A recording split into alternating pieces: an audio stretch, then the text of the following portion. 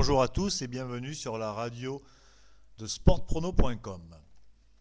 Pendant cette émission, nous allons débattre de l'actualité, puis surtout des matchs qui auront lieu le samedi 11 et dimanche 12 avril pour le compte de la 31e journée de Ligue 1. Et oui, ça passe extrêmement vite.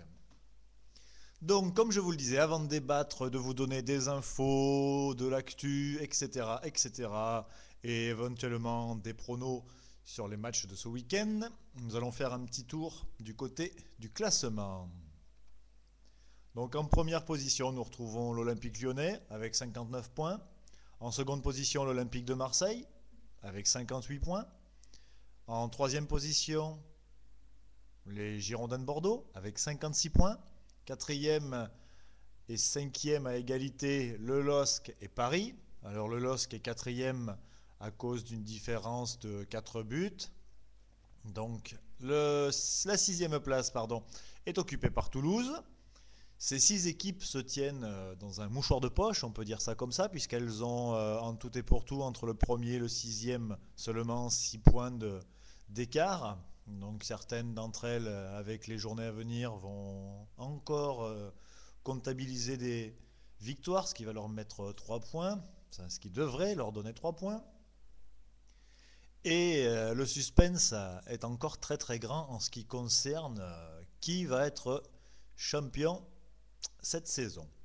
Un petit peu plus bas dans le classement, nous allons retrouver les relégables, ou du moins les positions de relégables. Donc à la 20e position, nous retrouverons le Havre. Alors eux, ils n'ont que 21 points. La mission s'annonce extrêmement délicate en ce qui concerne le sauvetage. Je pense que ce n'est pas très présomptueux de dire que l'année prochaine, ils seront en Ligue 2. À la 19e place, nous retrouvons Caen avec 28 points. 18e Saint-Étienne avec 29 points. 17e le FC Nantes avec 30 points. À égalité parfaite avec le 16e qui n'est autre que Nancy avec 30 points également. Et puis à la 15e place, Le Mans, 32 points. 14e place, le FC Sochaux, 32 points. 13e place, Grenoble, 35 points, qui, eux, pourraient bien être sauvés. Je pense que la relégation se joue entre le FC Sochaux, 14e, et puis Le Mans, 19e. Hein. Ces deux équipes sont entre 32 et 28 points. C'est pas énorme. Donc tout est encore jouable pour tout ce petit monde. Donc, les matchs de ce week-end. Pour commencer, samedi à 19h, nous retrouverons l'AJ Auxerre qui reçoit les Girondins de Bordeaux. Donc, les Girondins de Bordeaux, une équipe quand même assez solide. Hein. On connaît leur talent. Ils sont donc actuellement 3e du classement à 2 points de l'Olympique de Marseille. Donc, pour accrocher cette place et éventuellement tenter la deuxième, tout simplement une victoire est indispensable. Donc en ce qui concerne les rencontres, par contre, le FC Bordeaux a quelques petits soucis en déplacement du côté d'Auxerre. Il reste sur une victoire, mais avant ça, il y a eu un match nul, une défaite, un match nul, 2 défaites.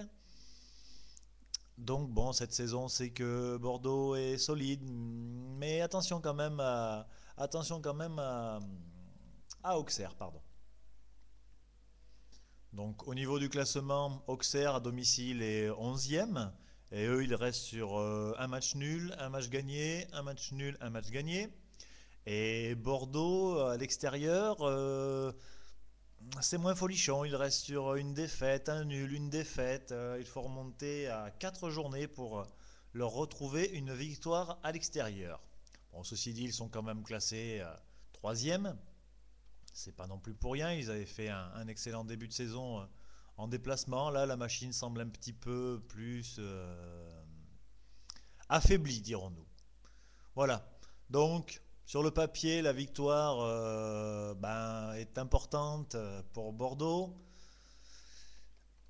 Et j'ai le petit doute, j'ai le petit doute quand même, parce que Auxerre a vraiment rien à perdre. Auxerre est tranquille en plein milieu du tableau. Ils sont 10e avec 37 points.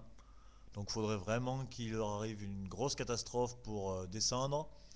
Ils n'ont pas vraiment grand-chose à attendre pour la montée, parce que il y a énormément de différences de points avec dans les 6 premières places, même les 5 premières places. Donc je pense que Auxerre va jouer un foot détendu, sans pression. Et pourquoi pas créer la surprise de tenir en échec les Girondins. Peut-être pas les gagner, mais un match nul, je ne sais pas. Je ne sais pas. C'est un match assez compliqué à déchiffrer. Donc, eh bien, si la cote est bonne, je ne l'ai pas là sous les yeux. Si la cote est bonne pour Bordeaux, j'ai un petit doute, mais si elle est bonne, elle est tentable. N'allez pas non plus y mettre des fortunes dessus. Je ne pense pas que ce soit le bon coup de cette 31e journée. Un autre match qui nous attend donc samedi, qui opposera le Toulouse FC au FC Nantes.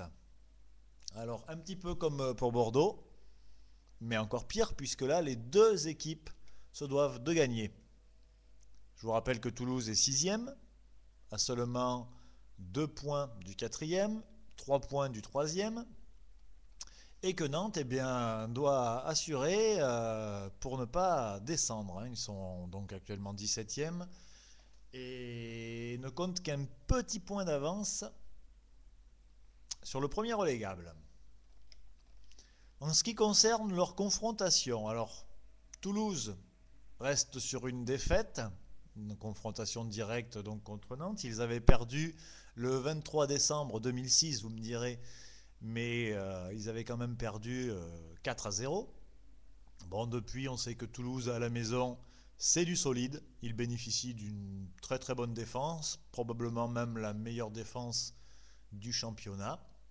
Donc en confrontation totale, Toulouse compte 11 victoires, a lâché 4 matchs nuls. Nantes a seulement 8 victoires. Je pense que là, la victoire pour Nantes me semble bien compliquée, hein.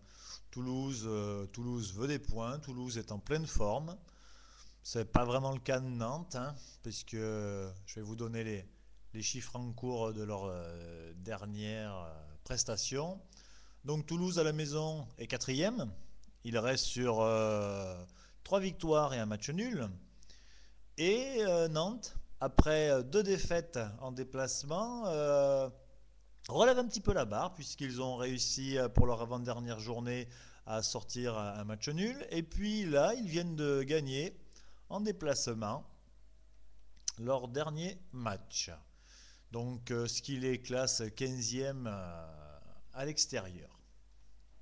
Bon voilà, ceci dit, même si Nantes donne un petit peu se donne un petit peu d'air là avec son match nul et puis sa victoire à l'extérieur, je ne les crois pas capables de pouvoir aller s'imposer à Toulouse. Donc pour moi, victoire de Toulouse, très probable.